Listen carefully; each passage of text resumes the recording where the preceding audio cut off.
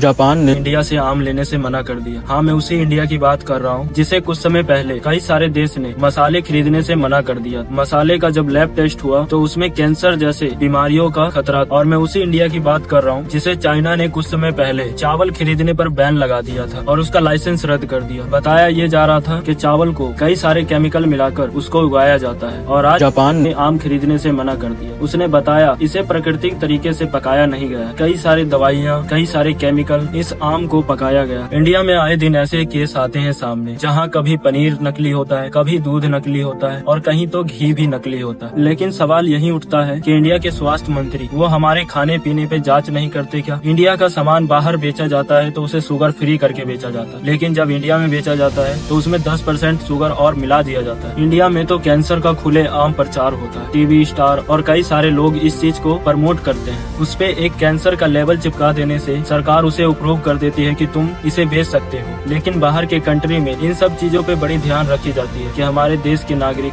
क्या खा पी रहे हैं और उनके सेहत पे क्या असर पड़ेगा, क्योंकि स्वस्थ रहना बहुत ज्यादा जरूरी होता है।